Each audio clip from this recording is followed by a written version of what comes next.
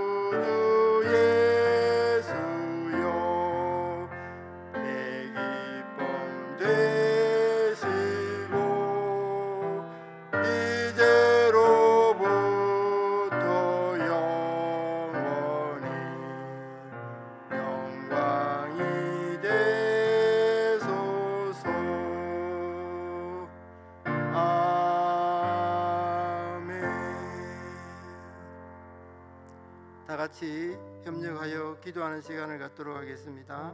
첫 번째, 담임 목사님을 비롯하여 교육자님, 수련회에서 성령 충만한 시간이 되게 하시고 하반기 사역에 하나님의 은혜가 가득하기를. 두 번째, 가정교회 목자 목부님과 다음 세대를 이끄는 교육 목자님들에게 지혜와 지식의 총명을 더하여 사역에 부족함이 없도록. 세 번째, 한반도 남북의 정책 지도자들이 하나님의 지혜를 받아 화합과 통일의 길로 나아갈 수 있도록 인도해 달라고 다 같이 기도하도록 하겠습니다.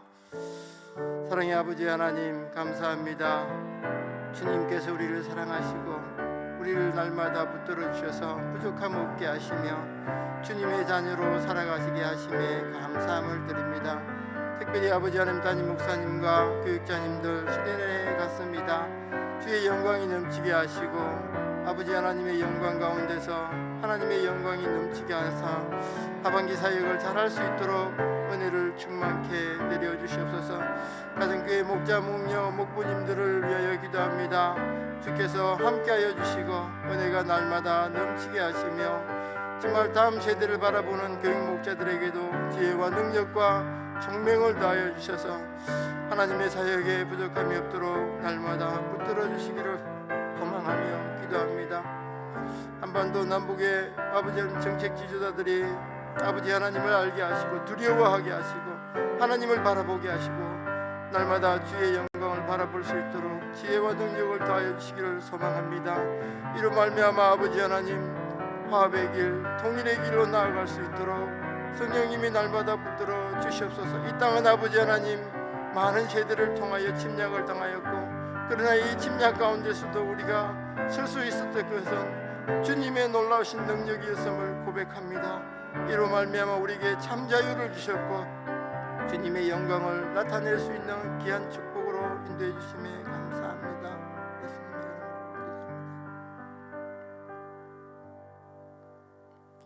예, 성경 말씀은 고린도후서 7장 2절에서 16절입니다. 고린도후서 7장 2절에서 16절 말씀입니다. 고린도후서 7장 2절에서 16절 말씀입니다. 교도하도록 하겠습니다.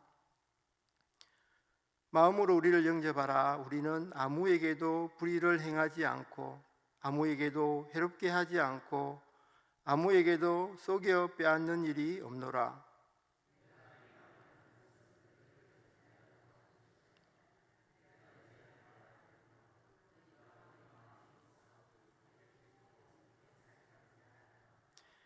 나는 너희를 향하여 담대한 것도 많고 너희를 위하여 자랑하는 것도 많으니 내가 우리의 모든 환난 가운데서도 위로가 가득하고 기쁨이 넘치는도다.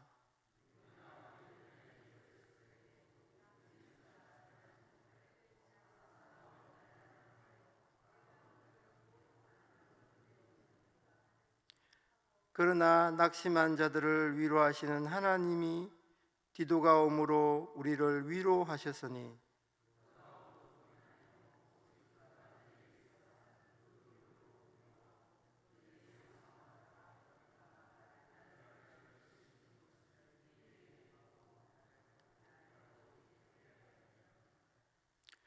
그러므로 내가 편지로 너희를 근심하게 한 것을 후회하였으나 지금은 후회하지 아니함은 그 편지가 너희로 잠시만 근심하게 한 줄을 알미라.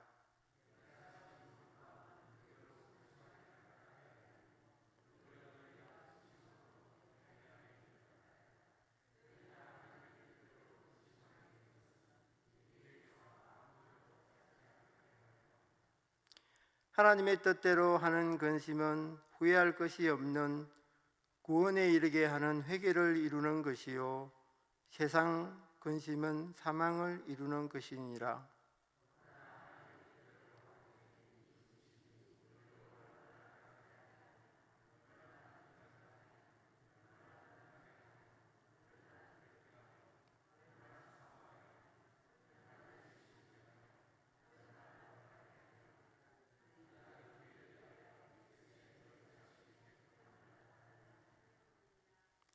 그런즉 내가 너희에게 쓴 것은 그 불의를 행한 자를 위한 것도 아니요 그 불의를 당한 자를 위한 것도 아니요 오직 우리를 위한 너희의 간절함이 하나님 앞에서 너희에게 나타나게 하려 함이로다.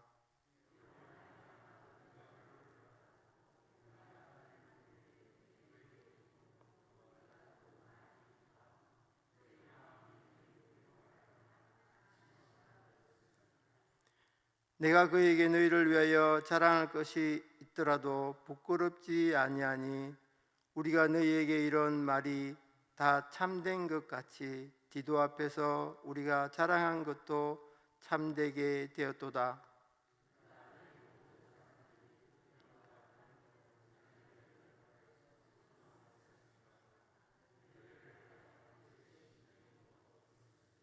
다 같이 하겠습니다. 내가 범사에 너희를 신뢰하게 된 것을 기뻐하노라. 아멘.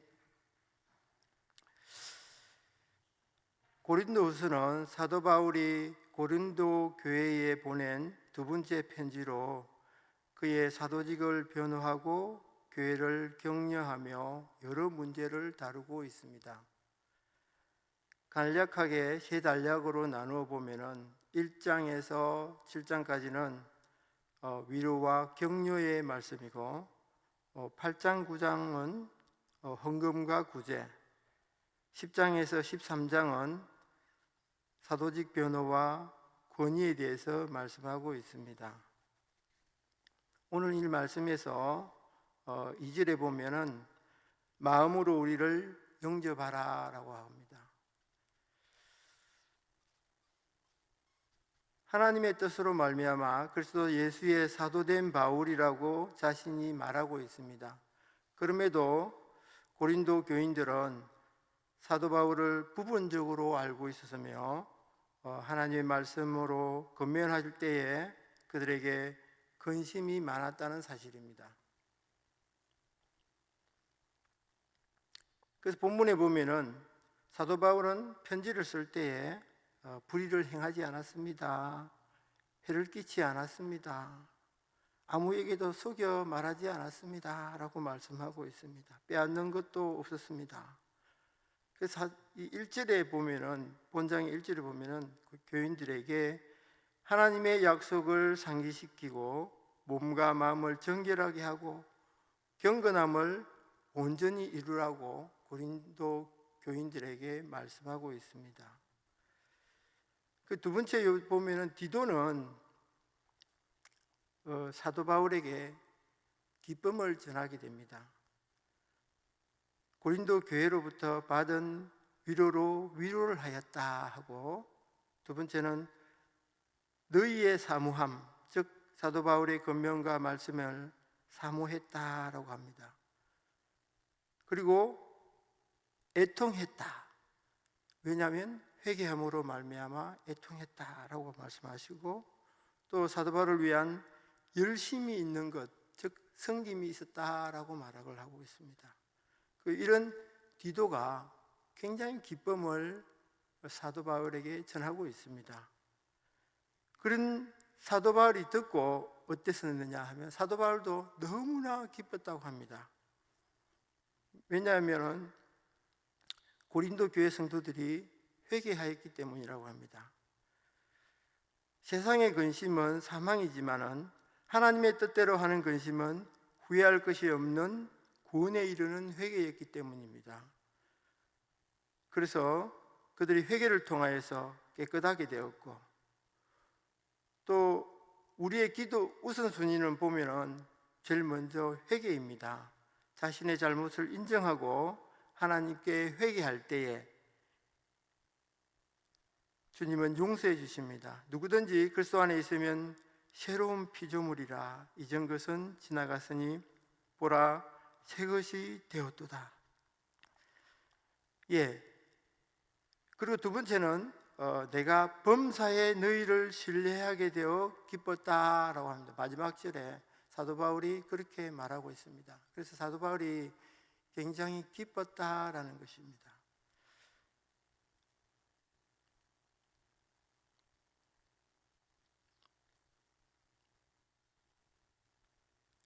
이렇게 기뻤던 것은 고린도 교회 성도들이 모두가 자신의 뜻대로 아니라 하나님의 뜻대로 성도들이 변해가고 있는 모습이었음을 고백합니다. 이 말씀 가운데 은혜가 되는 것을 한번 상기해 보았습니다. 사도 바울과 고린도 교회를 생각할 때 우리는 부모와 자녀를 생각할 수가 있습니다. 이 부모와 자녀들 간의 관계에서 자세히 보면 자녀가 잘못된 길을 갈 때에, 즉 진리 문제라든지 주일 성수 문제라든지 교회 예배 문제라든지 이렇게 잘못된 길로 나아가면 엄하게 혼을 내야 한다는 것입니다. 즉 세상과 타협하지 아니하고 올바르게 하나님 말씀대로 지도해야 한다는 것입니다. 또한 격려와 위로를 잊지 않아야 되며 자녀를 향한 신뢰를 잃지 않아야 한다을 언급하고 있습니다. 두 번째로 보면 또 교회 지도자들과 우리 성도님들을 바라볼 수가 있고요, 또 가정교회 목자, 목녀님과 목부님과 또 목원들을 생각할 수가 있습니다. 이때 우리는 온전하게 순종하고 섬기는 것이 중요합니다. 그리고 그 중에서 가장 더 중요하다고 생각되는 것은 참 하나님의 은혜이고 사도 바울의 기도 응답이라고 생각합니다.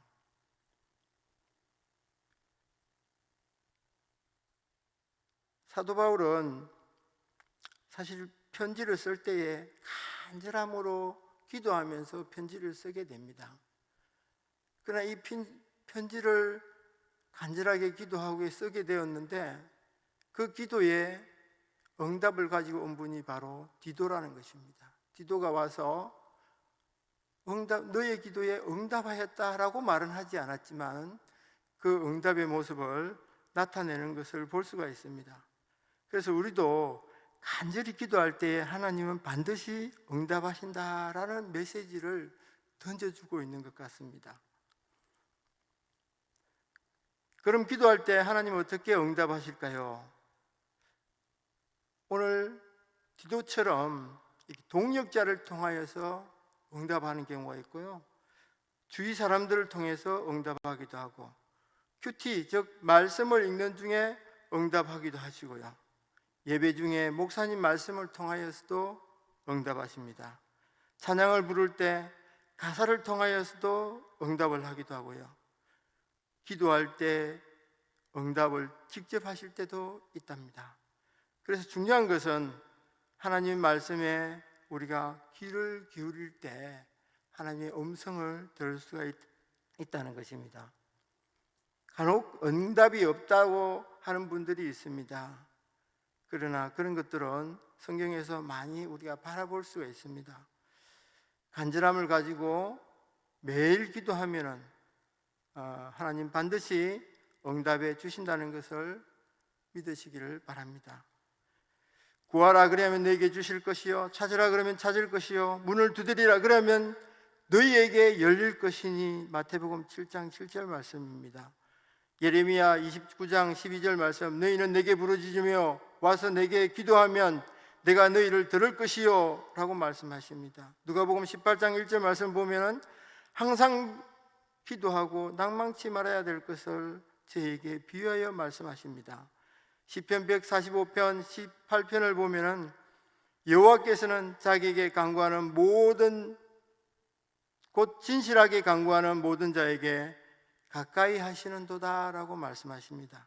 골로새서 4장 2절 말씀 보면 기도를 항상 힘쓰고 기도에 감사함으로 깨어 있으라 라고 말씀하십니다.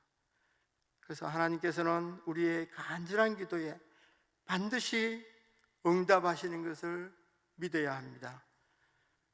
다음은 디도를 바라볼 수가 있습니다. 디도는 기쁨을 전하고 있습니다. 그래서 우리도 오늘 우리의 삶 속에서 기쁨을 전하는 하루가 되었으면 좋겠습니다. 항상 기뻐하라, 쉬지 말고 기도하라, 범사에 감사하라. 이는 하나님의 뜻이라고 합니다. 우리가 기쁨을 가지고 하루를 살아갈 때 우리의 기쁨이 흘러 넘치기를 소망합니다. 먼저 우리의 삶을 들어보면, 정말 우리의 삶의 목적을 가만히 보면 우리는 하나님을 영화롭게 하고요, 그를 영원토록 즐거워하는 것이다 라는 게 우리의 삶입니다. 날마다 우리의 삶 속에서 기쁨이 넘칠 때 하나님의 은혜가 넘치기를 소망합니다.